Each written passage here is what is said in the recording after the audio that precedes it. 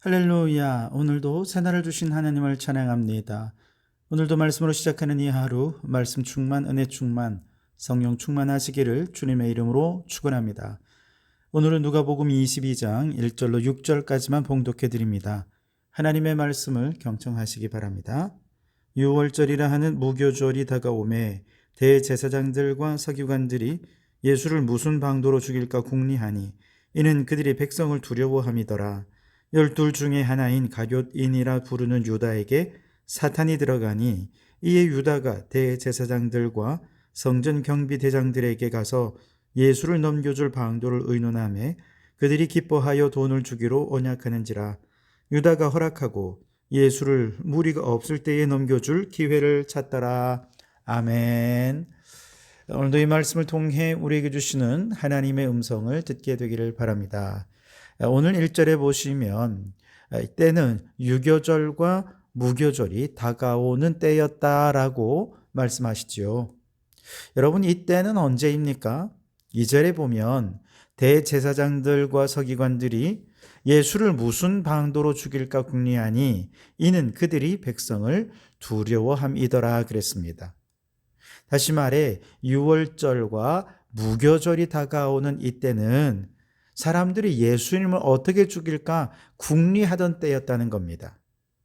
또한 6절에 보면 유다가 허락하고 예수를 무리가 없을 때에 넘겨줄 기회를 찾더라 그랬습니다.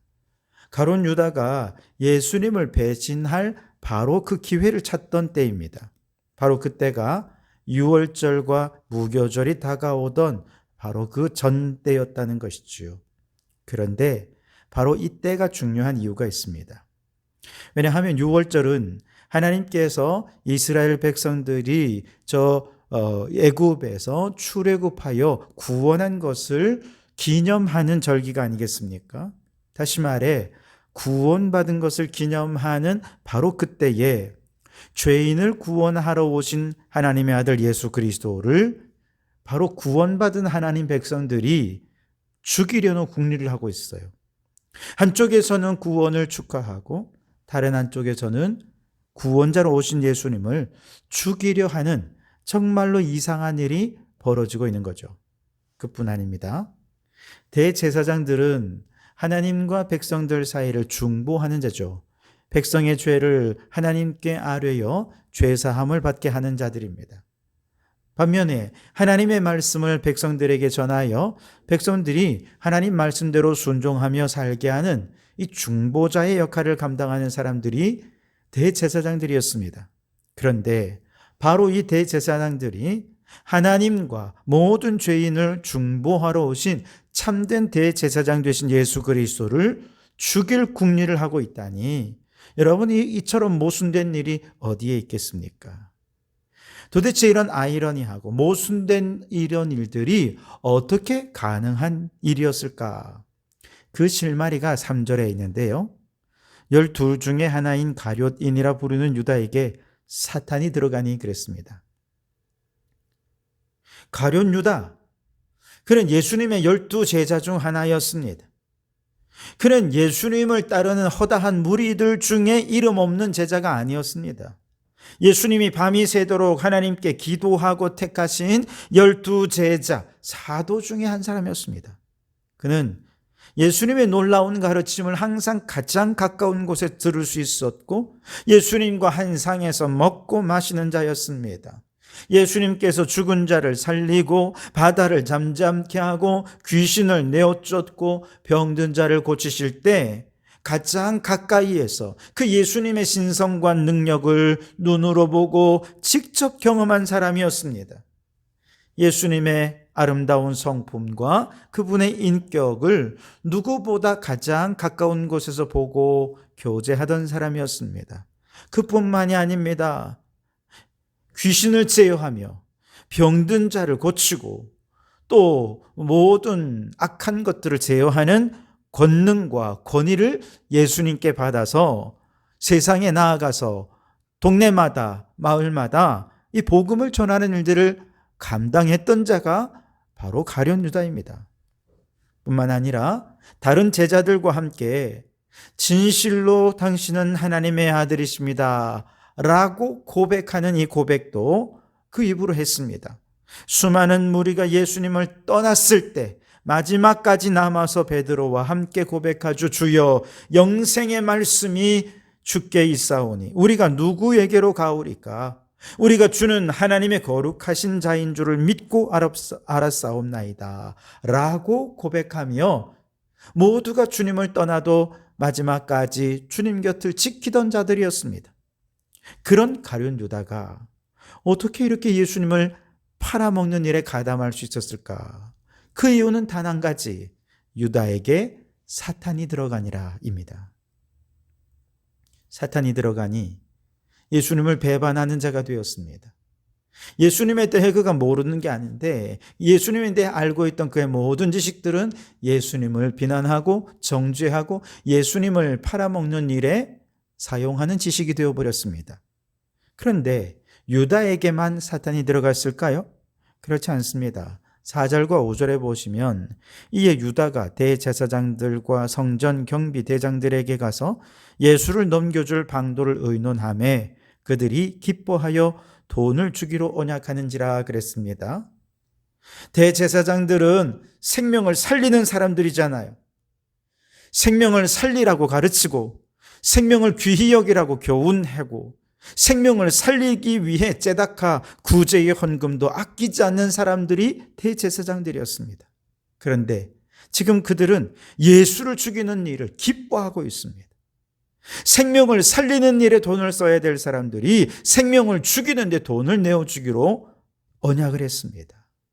어떻게 이럴 수가 있습니까? 그것은 유다에게뿐 아니라 바로 이 대제사장들에게도 사탄이 들어갔기 때문에 그렇습니다. 그런데 더 넓게 생각해 보면 모든 죄는 이처럼 하나님을 배신하는 행위가 아닙니까? 하나님보다 나를 더 사랑하고 내 육체가 원하는 것들을 더 사랑하고 세상의 풍조와 나의 욕심을 따르는 것 모든 것이 다 죄가 되지요. 그것이 십자가의 원수로 행하는 것, 곧 예수님을 배반하는 것입니다. 결국 예수님을 배반하는 모든 죄인은 사탄이 그 속에 들어가서 그의 삶을 주관하는 존재들이다 라고 말할 수 있을 것입니다. 여러분, 마귀가 우리 안에 들어와서 우리의 삶을 주관하면요, 대단한 죄를 범하지 않는다 하더라도 그저 예수님보다 세상의 것들을 더 사랑하기만 하면 그 모든 것이 다 예수님을 배반하는 것이 되고 맙니다. 하나님보다 세상의 성공, 세상의 인기, 세상의 명예와 돈과 안정된 삶과 계획대로 이루어지는 평탄한 삶, 이런 것들을 잡으려고 애쓰는 모든 삶은 결국 예수님을 배반하는 것이 되어버리고 맙니다. 언제든지 손에 쥐어진 그것이 주어지지 않으면 예수님을 놓아버리는 배신자 같은 삶을 우리가 살아가고 있다는 것이죠. 그러니 그 속에는 점점 원망이 가득 차고 분노와 낙심과 좌절과 절망으로 채워지게 되고 마는 것입니다. 그러나 예수님이 주인된 삶은 어떻습니까? 이 모든 세상에 사랑하던 것들을 배설물로 여깁니다. 사도 바울은 빌립보서 3장 7절 8절에서 이렇게 고백합니다.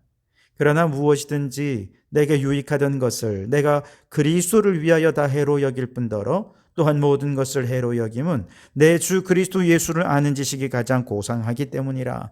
내가 그를 위하여 모든 것을 잃어버리고 배설물로 여김은 그리스도를 얻고 그 안에서 발견되려 함이니라고 말씀하십니다.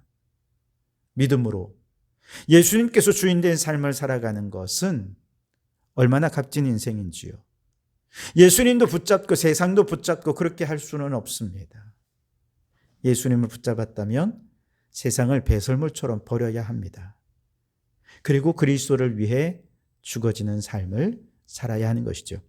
여러분, 사탄이 내 안에 들어오지 않도록 우리의 마음을 잘 지켜야 합니다. 무릇 지킬 만한 것보다 내 마음을 지키라. 생명의 근원이 여기에서 난다고 말씀하셨습니다.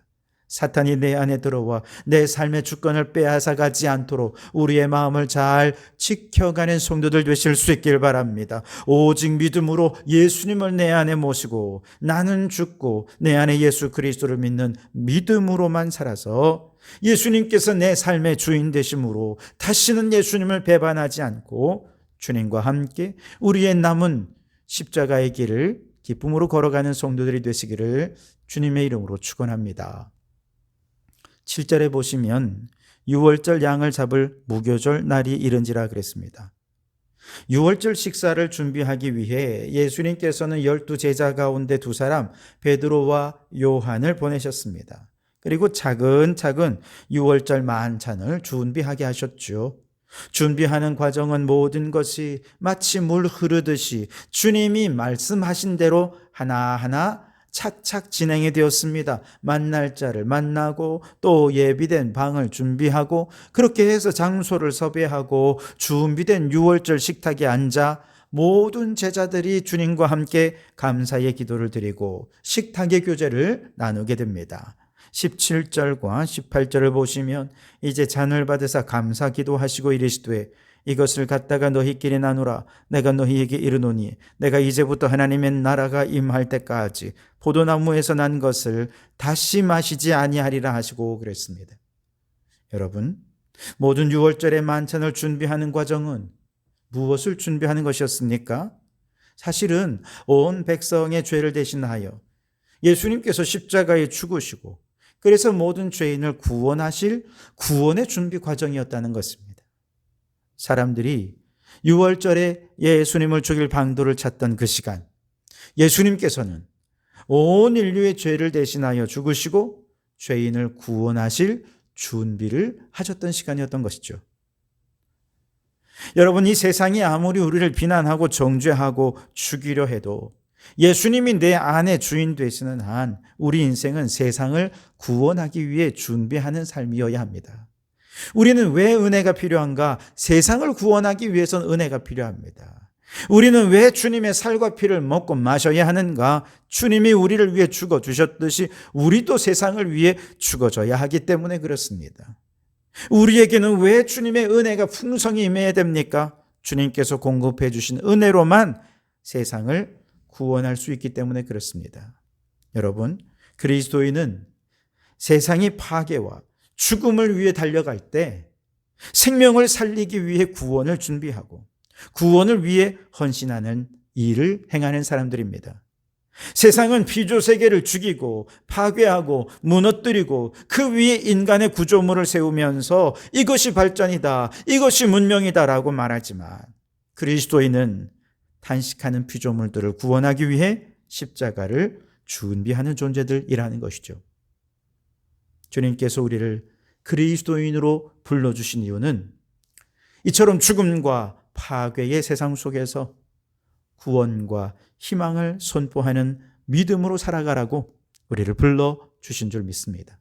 그러니 여러분, 우리의 삶이 이 세상과 역행하더라도 오늘 우리가 행하는 말과 행동을 통해 세상을 구원하고 온 피조물들을 구원하기 위한 하나님 나라의 일꾼으로 살아가는 성도들이 되실 수 있기를 주님의 이름으로 축원합니다. 기도하겠습니다. 하나님, 사탄이 우리 안에 들어오니 죄로 인해 죽이고 파괴하는 인생을 살게 됩니다. 주여 바라오니 사탄이 주인된 삶을 속히 벗어나게 하옵소서. 오직 믿음으로 예수님을 환영하며 초청하오니 들어오셔서 내 삶의 주인 되어 주시옵소서. 죄악된 나는 죽고 오직 예수로만 살아서 파괴하고 죽이는 이 세상 속에서 생명을 살리고 구원하고 희망을 주는 하나님 나라 일꾼으로 살게 해 주시옵소서. 예수님 이름으로 기도하옵나이다. 아멘.